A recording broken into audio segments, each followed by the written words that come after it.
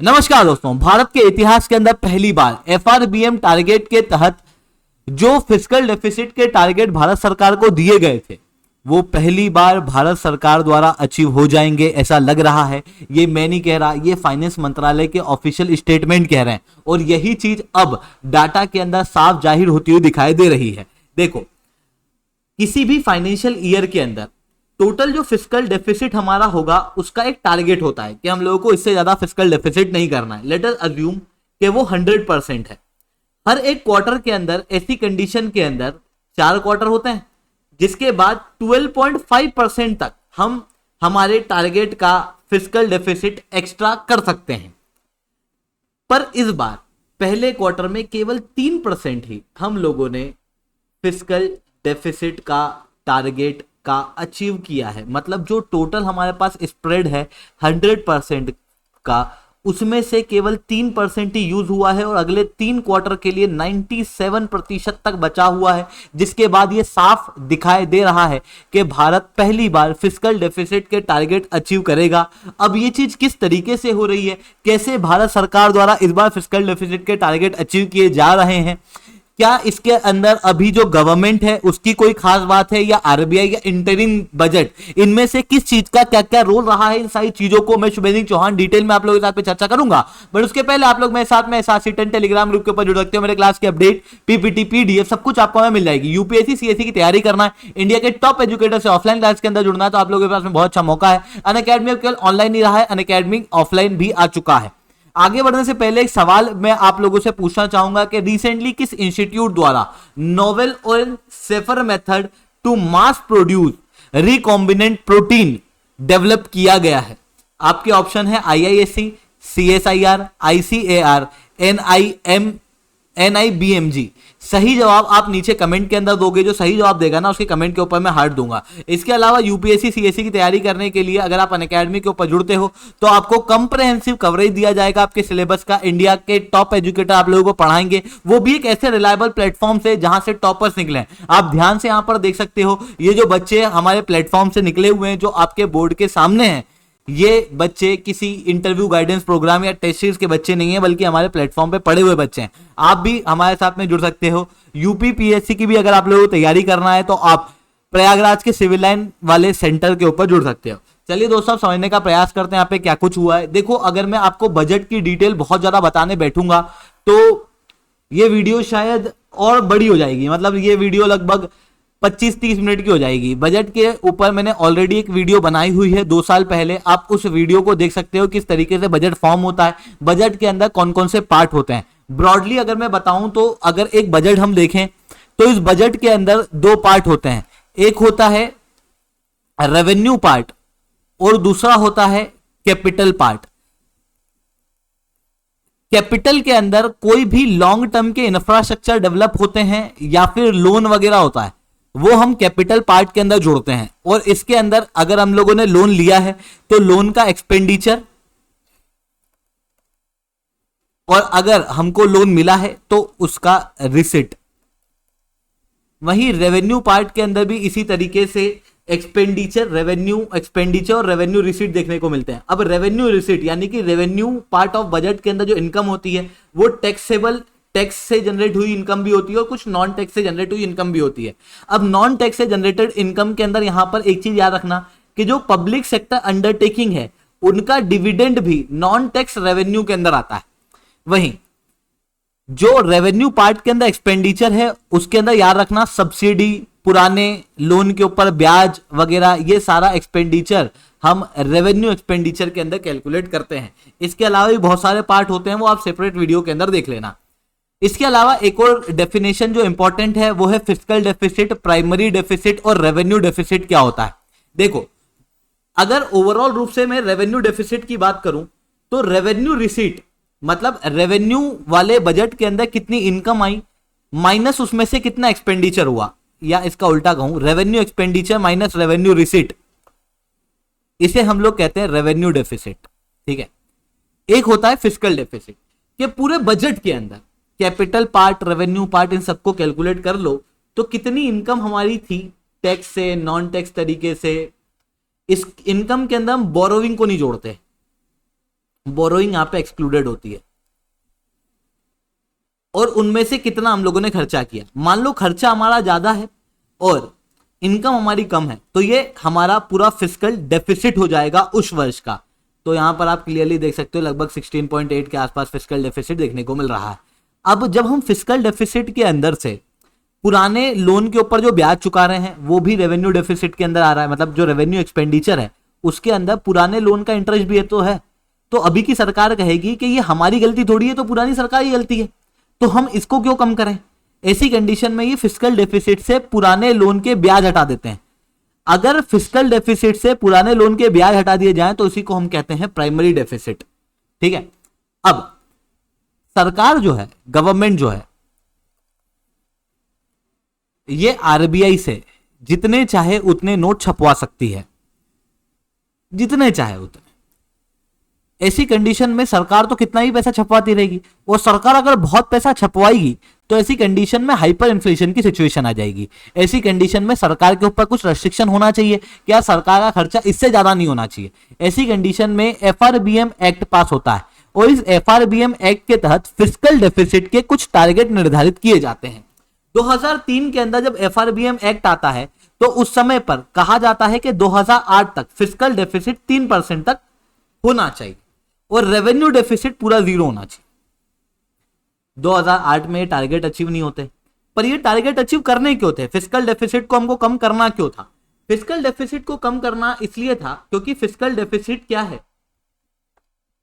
Fiscal deficit का मतलब है कि टोटल बजट में कितना हमारा एक्सपेंडिचर रहा माइनस टोटल बजट में हमारी कितनी इनकम रही, दैट इज कितना रिसिट रहा। इस रिसिट के अंदर से मैं बोरोइंग हटा देता हूं, बोरोइंग इसके अंदर कैलकुलेट नहीं होती। ठीक है। अब budget expenditure minus budget receipt, और क्योंकि ये माइनस है और ये ब्रैकेट के अंदर है तो ब्रैकेट खुलेगा तो ये प्लस हो जाएगा बोरोइंग। किसी भी वर्ष अगर हम बजट बनाते हैं तो बजट बनाते समय रिसिट और एक्सपेंडिचर लगभग बराबर होते हैं, मतलब हम बताते हैं कि भाई खर्चा इतना होगा और इनकम इतनी होगी, तो ये लोग दोनों बराबर होते हैं, मतलब लगभग 0 होते हैं। ऐसी कंडीशन में फिस्कल डेफिसिट कुछ नहीं बल्कि हमारी बोरोइंग है, मतलब सरकार द्वारा इस साल जो पैसा बोरो किया गया उसी चीज को हम फिस्कल डेफिसिट कहते हैं। ऐसी कंडीशन में फिस्कल डेफिसिट का बढ़ना सरकार के ऊपर डायरेक्ट लोन का बढ़ना है, और इस बार जो सरकार ने लोन लिया है उसके ऊपर फिर सरकार को आने वाले समय में ब्याज भी देना पड़ेगा, इंटरेस्ट देना पड़ेगा, तो आने वाली गवर्नमेंट्स के लिए दिक्कतें खड़ी हो जाएंगी। और जो पैसा सरकार का लोगों के बेनिफिट के लिए यूज होना चाहिए वो लोगों के बेनिफिट के लिए यूज नहीं होता बल्कि ब्याज देने में चले जाता है। ऐसी कंडीशन में फिस्कल डेफिसिट को कम करना बहुत ज्यादा जरूरी था, इसलिए फिस्कल डेफिसिट के टारगेट निर्धारित किए गए थे। बट ऑब्वियसली सरकार को रहता है कि भाई हमको ज्यादा पॉपुलिस्ट पॉलिसी चलानी है, जिसके कारण से फिस्कल डेफिसिट के टारगेट अचीव नहीं कर पाते हैं। 2012 के अंदर यूपीए सरकार आती है और यूपीए सरकार अपने टारगेट को शिफ्ट कर देती है, कहती है 2008 तक नहीं और आगे हम करेंगे। फिर उसके बाद में बीजेपी सरकार आती है, बीजेपी सरकार भी फिर अपने टारगेट शिफ्ट करती है। वो क्या टारगेट शिफ्ट करती है वो बहुत इंपॉर्टेंट नहीं है। फिर एनके सिंह कमेटी बैठती है और एनके सिंह कमेटी रिव्यू करती है एफआरबीएम एक्ट को, क्योंकि उस समय के तत्कालीन मिनिस्टर ये कहते हैं कि एफआरबीएम एक्ट बहुत ज़्यादा स्ट्रिक्ट है और इसके बहुत ज़्यादा स्ट्रिक्ट होने की वजह से हम लोग एक्स्ट्रा खर्चा नहीं कर पाते इमरजेंसी की सिचुएशन में। कोविड-19 का समय भी उसके बाद आ चुका था, जिसके बाद में एनके सिंह कमेटी द्वारा कुछ राहत दी जाती है। कहा जाता है कि 0.5% कुछ कंडीशन में आप एक्स्ट्रा टारगेट के ऊपर खर्चा कर सकते हो। तो वो सारी चीजें इनके द्वारा की गई और कहा गया कि रेवेन्यू डेफिसिट और इफेक्टिव रेवेन्यू डेफिसिट हटाओ, फिस्कल डेफिसिट 3% टारगेट अचीव करना है 2024-25 तक, और प्राइमरी डेफिसिट 0% होना चाहिए 2024-25 तक। ये टारगेट भी अचीव नहीं होते हैं तो फिर कहा जाता है कि काम करो, फिस्कल डेफिसिट 4.5% होना चाहिए 2025-26 तक। मतलब अभी एफआरबीएम एक्ट के तहत हमारा ये टारगेट है कि हम 4.5% ऑफ जीडीपी फिस्कल डेफिसिट रखेंगे 2025-26 तक। अब जो फाइनेंशियल ईयर चल रहा है 2025, इसके अंदर हमारे जो टोटल टारगेट हैं उसका 3% ही हम लोग फिस्कल डेफिसिट को यूज कर पाए हैं। मतलब जो एक्स्ट्रा बोरोइंग हमको करनी थी 100% हमारे टारगेट को अचीव करने के लिए, इसके अंदर हम लोगों को बोरोइंग रखनी थी, उसका केवल 3% ही बोरोइंग हमको करनी पड़ी और हमारा फिस्कल डेफिसिट केवल 50,615 करोड़ रहा, जबकि पिछले साल सेम पीरियड के अंदर 2.1 ट्रिलियन डॉलर का फिस्कल डेफिसिट देखने को मिला था, जो ओवरऑल बजट का लगभग 11.8% था, जो क्लियरली दर्शाता है कि इस बार हम हमारे टारगेट को अचीव कर पाएंगे। अब इन टारगेट को अचीव हम कैसे कर पाएंगे और हमारा फिस्कल डेफिसिट इस बार कम क्यों रहा, इसके पीछे एक बहुत इंपॉर्टेंट रोल प्ले करता है आरबीआई का डिविडेंड। देखो, आरबीआई सरकारी कंपनी है, इसकी 100% ओनरशिप गवर्नमेंट के पास में है। ऐसी कंडीशन में आरबीआई गवर्नमेंट को डिविडेंड देती है। अब मैंने आपको बताया था कि रेवेन्यू एक्सपेंडिचर और रेवेन्यू रिसीट, रेवेन्यू के अंदर जो नॉन टैक्स रेवेन्यू होता है, नॉन टैक्स रेवेन्यू रिसीट होती है, उसके अंदर पीएसयू का प्रॉफिट और डिविडेंड भी आता है। इस बार आरबीआई ने पिछली बार के मुकाबले 141% ज्यादा डिविडेंड दिया है। पिछली बार 0.87 ट्रिलियन रुपीस ही उन्होंने दिया था, इस बार 2.1 ट्रिलियन रुपीस दिया, जिसके बाद ओवरऑल रूप से इनकम बढ़ गई। और दूसरी तरफ गवर्नमेंट का एक्सपेंडिचर इस बार कम रहा, क्योंकि इस बार इलेक्शन का ईयर था। इस कारण से लोग लुभावन पॉलिसी ज्यादा अनाउंस नहीं की गई, क्योंकि इस बार बजट जो आया था वो इंटरिम बजट था, जिसमें लोग लुभावन पॉलिसी को ज्यादा अनाउंस नहीं किया जाता, जिसके कारण से ओवरऑल रूप से सरकार का खर्चा भी कम रहा। वहीं दूसरी तरफ इनकम बढ़ी है। इनकम के अंदर नॉन टैक्स इनकम तो बढ़ी है, नॉन टैक्स रेवेन्यू तो बढ़ा ही है, साथ में टैक्स रेवेन्यू भी भारत का बढ़ा है। टैक्स रेवेन्यू इस बार 3.19 लाख करोड़ का इकट्ठा हुआ है, जो पिछले बार सेम पीरियड में 2.78 लाख करोड़ का था। वहीं गवर्नमेंट का जो टोटल एक्सपेंडिचर है वो 6.23 लाख करोड़ हुआ है, जो पिछली बार 6.26 लाख करोड़ था। अब आप कहोगे सर आप तो कह रहे थे खर्चा कम हुआ है। मैंने ये नहीं कहा कि खर्चा बहुत कम हुआ, मैंने कहा लोक लुभावन पॉलिसी में खर्चा कम हुआ।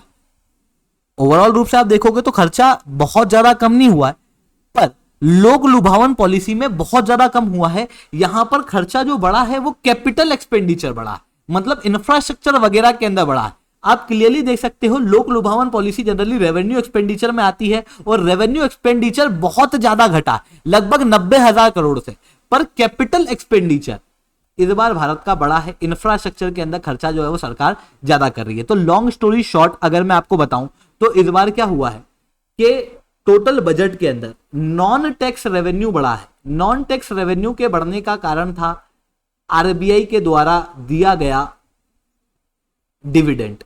वहीं टैक्स रेवेन्यू भी बढ़ा है, जिसके कारण से ओवरऑल रूप से सरकार की क्या बढ़ी है, इनकम बढ़ी है।